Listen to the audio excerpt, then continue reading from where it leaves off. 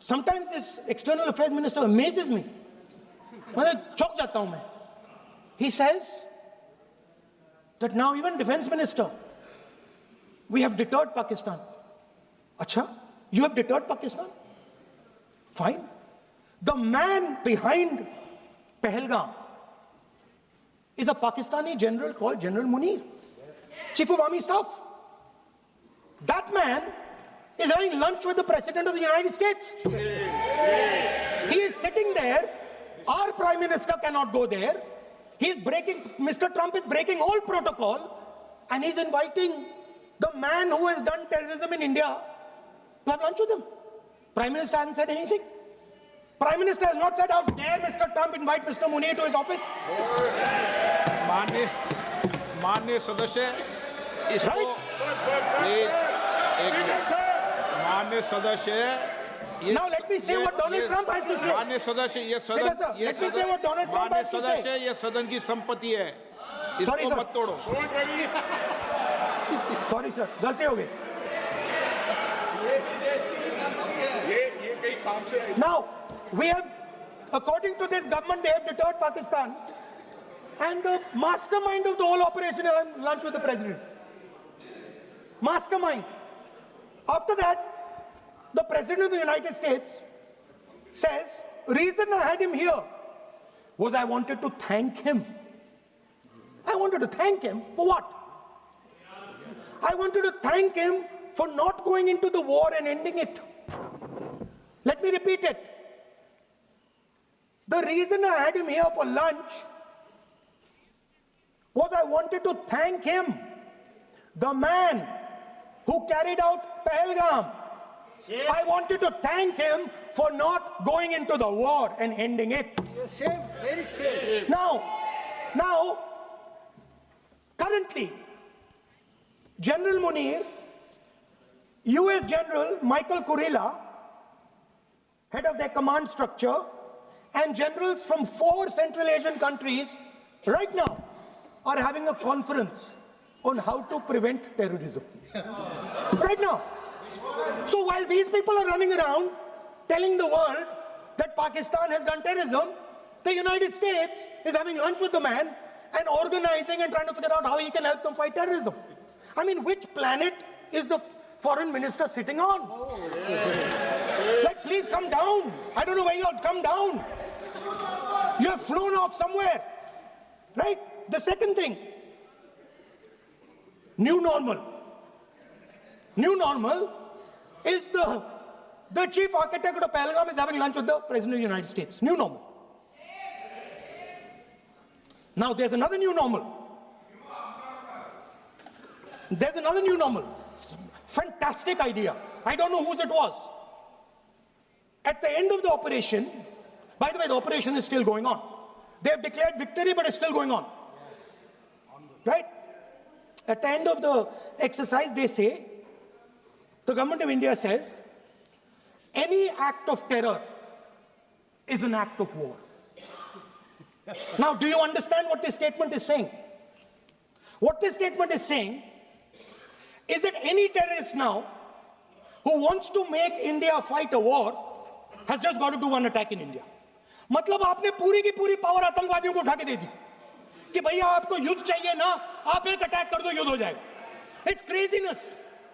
You have taken the entire idea of deterrence and turned it upside down. Right? So today, no, one second, you're laughing. Tell me something. The next terror attack that happens, what will you do? What will you do? You'll attack Pakistan again? So now, the moment they know that you're going to attack Pakistan, they just have to do a terror attack and they know you're going. So, this government is clueless even about what deterrence means. Right? This government is clueless about what political will means. This government is clueless about what it means to let the Army, Air Force, Navy fight. That's the reality of the situation. Now, I said in this house, standing right here, about 3-4 months back, and they laughed at me. They laughed at me. I said that please understand that India's biggest foreign policy challenge has been to keep Pakistan and China separate. And I said here that I am sad to say that you have destroyed the single biggest, most important goal of Indian foreign policy. China and Pakistan are fused like this. Okay? Now let me tell you what that means. Well, let me tell you what that means. It means, sir, अगर आप समझना चाहते हैं मैं समझा दूंगा थोड़ी देर बाद. प्लीज समझा दूंगा सर. प्लीज आप समझा दूंगा तो बैठ जाएंगे sir. Don't worry, I am ready to do it.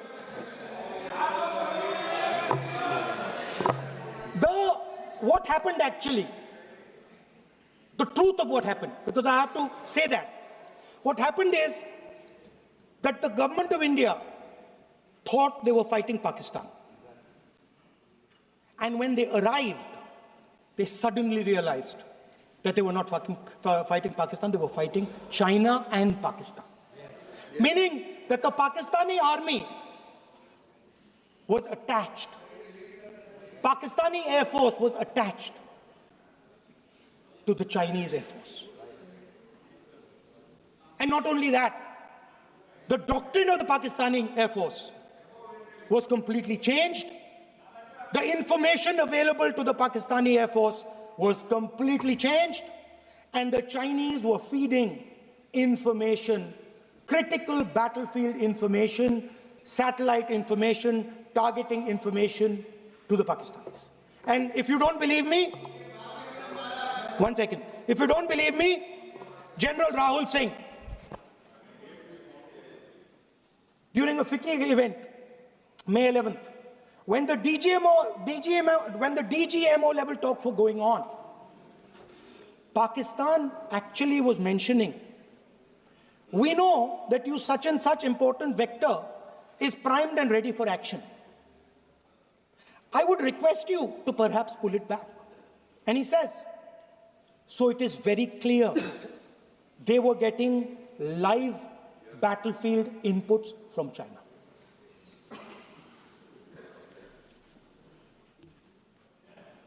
If you had listened to me here, you would not have lost those 5 planes. If you had listened to me and you had said that yes, the Chinese and the Pakistanis are fused,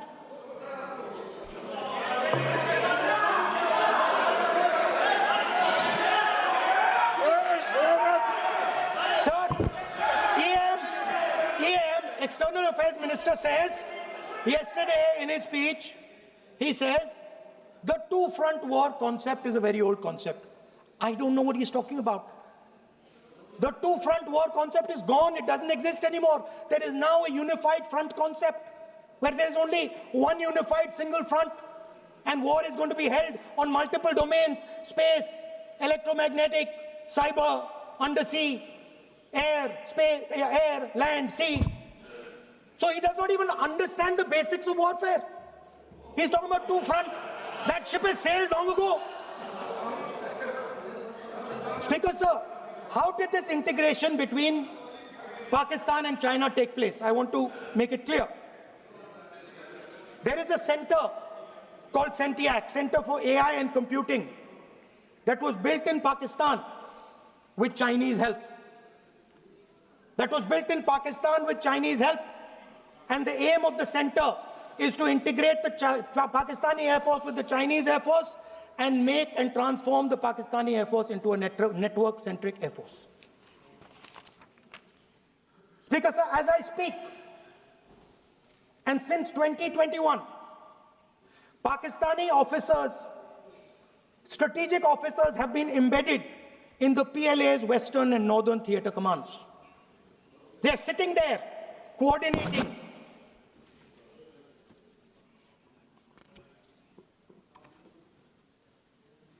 So it is important to understand that you did not have political will. that you did not give freedom of maneuver. But there is another problem. And the problem is that we are now facing not just China, not just Pakistan, but China and Pakistan fused as one militarily. Speaker, sir, it is dangerous in this time for the Prime Minister to use the forces to protect his image. It is dangerous for the country. The forces should only be used in national interest. The forces should be used with freedom. If you want them to be used, you want to unleash a tiger, free him. Do not tie his hands behind his back. Do not go to the Pakistanis and say, listen, don't escalate. Then go all the way. Then fight properly and defeat them once and for all. Don't have President Trump tell you that I have stopped the war 29 times. Have the courage to tell him, no, to hell with you. You can't stop any war. We're going to fight.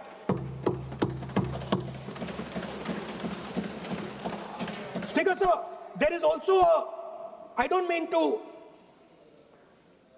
keep mentioning External Affairs Minister, but it comes up because he's central to this discussion.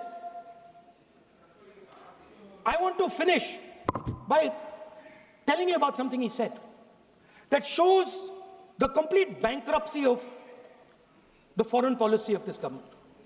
Please remember that not a single neighboring country, not a single country condemned Pakistan. Not one. They condemned terrorism, they didn't condemn Pakistan. This is something that he didn't say. Now listen to what he has to say.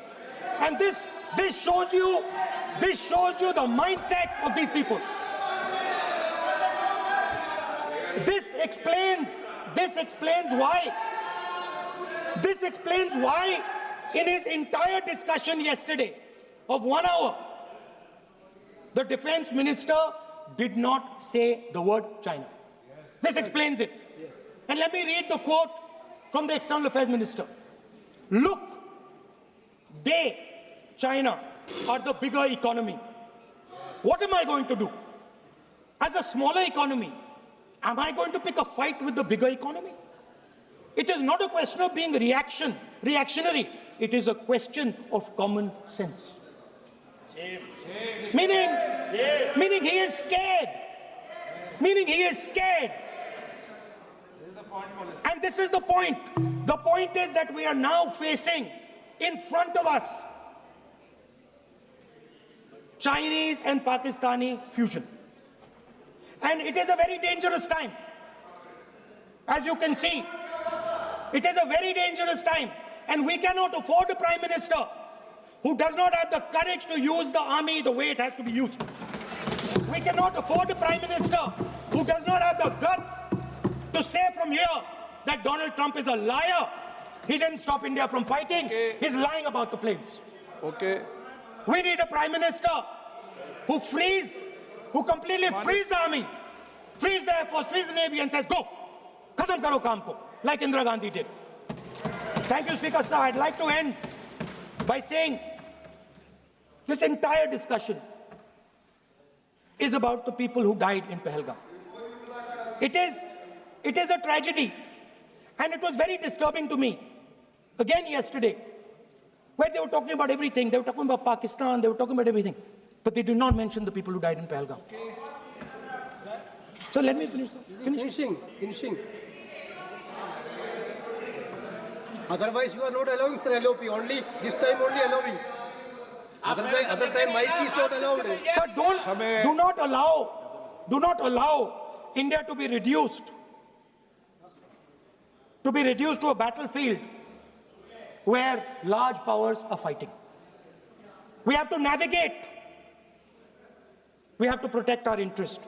Second, to the Prime Minister, the nation is above your image, above your politics, and above your PR. The forces are above your PR, your image, and your politics. Have the humility to understand that. Have the dignity to understand that. And do not sacrifice the armed forces and national interest for your own petty political gains. Thank you, sir.